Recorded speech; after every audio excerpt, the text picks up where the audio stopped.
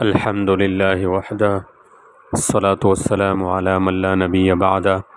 اما بعد فاعوذ باللہ من الشیطان الرجیم بسم اللہ الرحمن الرحیم۔ بے مکروہ کے اسباب میں سے سبب نمبر 1 بیان کیا گیا، آج سبب نمبر 2 بیان کریں گے۔ سبب نمبر 2 کا عنوان ہے جرائم کی ترویج کا سبب بننا۔ خرید و فروخت کا وہ معاملہ جو کسی گناہ کے کام میں تعاون یا ترغیب کا سبب ہو، یہ مکروہ تحریمی ہوگا۔ مثلا گانے بجانے کے آلات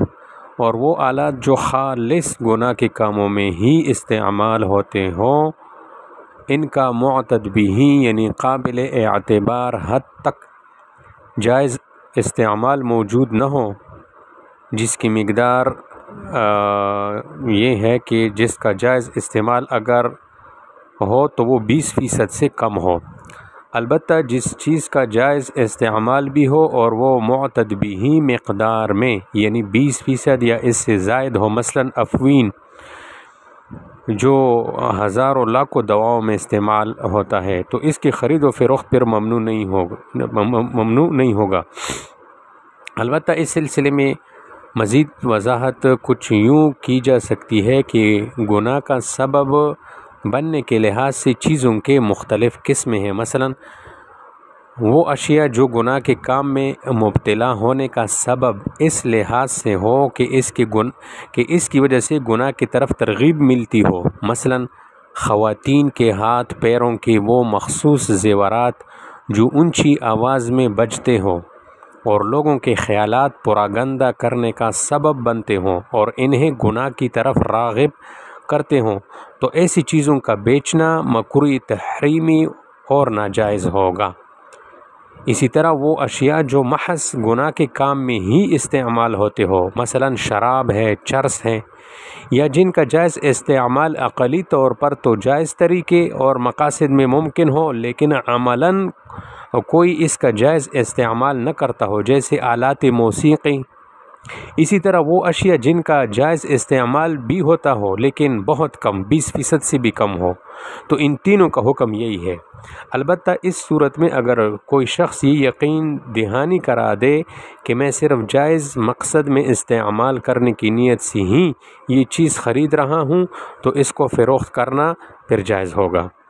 اسی طرح وہ چیزیں جو گناہ کے کام میں استعمال ہوتی ہو لیکن خریدار کے عمل دخل سے اس چیز میں معتد بھی تبدیلی لانے کے بعد ہی اس کو گناہ میں استعمال کیا جاتا ہو اور یہ تبدیلی لائے بغیر گناہ کے لیے اس کا استعمال نہ ہو سکتا ہو، مثلا انگور کا شیرہ کہ اس سے شراب بن سکتی ہے لیکن کسی انسان کے عمل اور تصرف کرنے سے بنے گی، اس کے بغیر اس کا بطور شراب استعمال ممکن نہیں، تو ایسی چیزوں کی بے حرام اگرچہ نہیں لیکن نامناسب ضرور ہے۔ البتہ اگر وہ ایسی چیز ہو کہ اس کو گناہ کے کام میں استعمال کرنے کی صورت میں اس چیز میں کوئی تبدیلی لانے کی ضرورت نہ ہو بلکہ اسی حالت میں یہ گناہ کے کام میں استعمال ہوتی ہو اور ساتھ بیچنے والے کو یہ بھی معلوم ہو کہ خریدار اس کو ناجائز مقصد کے لیے استعمال کرے گا، تو پھر اس خریدار کو اس چیز کا بیچنا مکروہ تحریمی اور ناجائز ہوگا۔ اسی طرح وہ چیزیں جو گناہ کے کام میں بھی استعمال ہو سکتی ہو اور جائز کام میں بھی، لیکن اس چیز کی خریدنے والے کے بارے میں یقین یا غالب گمان یہ ہو کہ وہ اسے گناہ کے کام میں ہی استعمال کرے گا، تو پھر ایسے شخص کو ایسی چیز کا بیچنا بھی مکروہ اور ناجائز ہے۔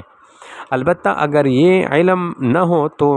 ناجائز نہیں ہے۔ پھر مزید یہ کہ ایسی صورت میں بیچنے والے کے ذمے یہ تحقیق لازم نہیں کہ خریدار کس مقصد کے لیے یہ چیز خرید رہا ہے،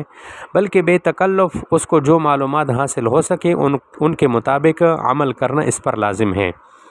اسی طرح وہ چیزیں جو جائز اور ناجائز دونوں مقاصد میں استعمال ہو سکتی ہو لیکن خریدنے والا واضح طور پر کہہ دے کہ میں گناہ میں استعمال کرنے کے لیے یہ چیز خرید رہا ہوں، تو اس کو بھی بیچنا ممنوع ہے۔ اسی طرح جب بیچنے والے کا مقصد ہی یہ ہو کہ اس سے گناہ کا کام لیا جائے، تو اس گناہ میں تعاون کی نیت کی وجہ سے یہ معاملہ ناجائز اور مکروہ ہوگا۔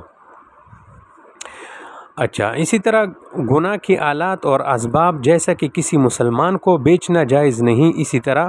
کفار کو بیچنا بھی جائز نہیں۔ ہاں، اگر کفار آپس میں ان چیزوں کی خرید و فروخت کرے اور اس کام کو صرف اپنے کمیونٹی اور معاشرے کی حد تک محدود رکھے تو اس پر قانونی روک نہیں لگائی جائے گی، البتہ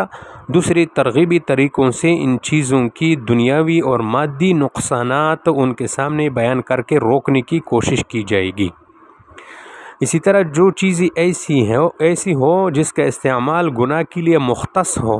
اس کا غالب اور اکثری گمان یعنی اکثری استعمال گناہ کے کام میں ہوتا ہو، جیسے کہ چرس ہے، شراب ہے، آلات موسیقی ہیں، تو اس کے فروخت کرنے میں دو گناہوں کا ارتکاب لازم آتا ہے، ایک ناجائز معاملہ انجام دینے کا گناہ اور دوسرا اس کے عوض حاصل کردہ قیمت کو استعمال میں لانے کا گناہ، کیونکہ ایسی چیز کا عوض استعمال کرنا بھی جائز نہیں، اس لیے کہ ایسی چیز شریعت کی نظر میں قابل عوض چیز ہی نہیں۔ اس جیسی چیز کی قیمت اپنے استعمال میں لانے کے بجائے بلا نیت ثواب صدقہ کرنا ضروری ہے، البتہ جس چیز کا استعمال گناہ کے ساتھ خاص نہ ہو، جیسے کہ اسلحہ، تو ایسی چیز کسی ایسے شخص کو بیچنا جس کے بارے میں یہ معلوم ہو کہ وہ اسے گناہ کے کام مثلا کسی کے لیے ناجائز قتل میں استعمال کرے گا، تو یہ بھی پھر بیچنا جائز تو نہیں ہوگا، لیکن اس کے عوض جو قیمت حاصل کی جائے تو اس کا استعمال پھر درست ہوگا، کیونکہ یہ چیز بذات خود شریعت کی نظر میں قابل قیمت چیز ہے۔ گناہ صرف اس کے غلط استعمال کے ساتھ اور اس کے خرید و فروخت کے ساتھ وابستہ ہے۔ تو یہ سبب نمبر 2 اور اس کے تحت کچھ وضاحتیں ہو گئی، انشاءاللہ اگلے درس میں پھر سبب نمبر 3 اور اس کی پھر کچھ وضاحتیں ذکر کریں گے انشاءاللہ۔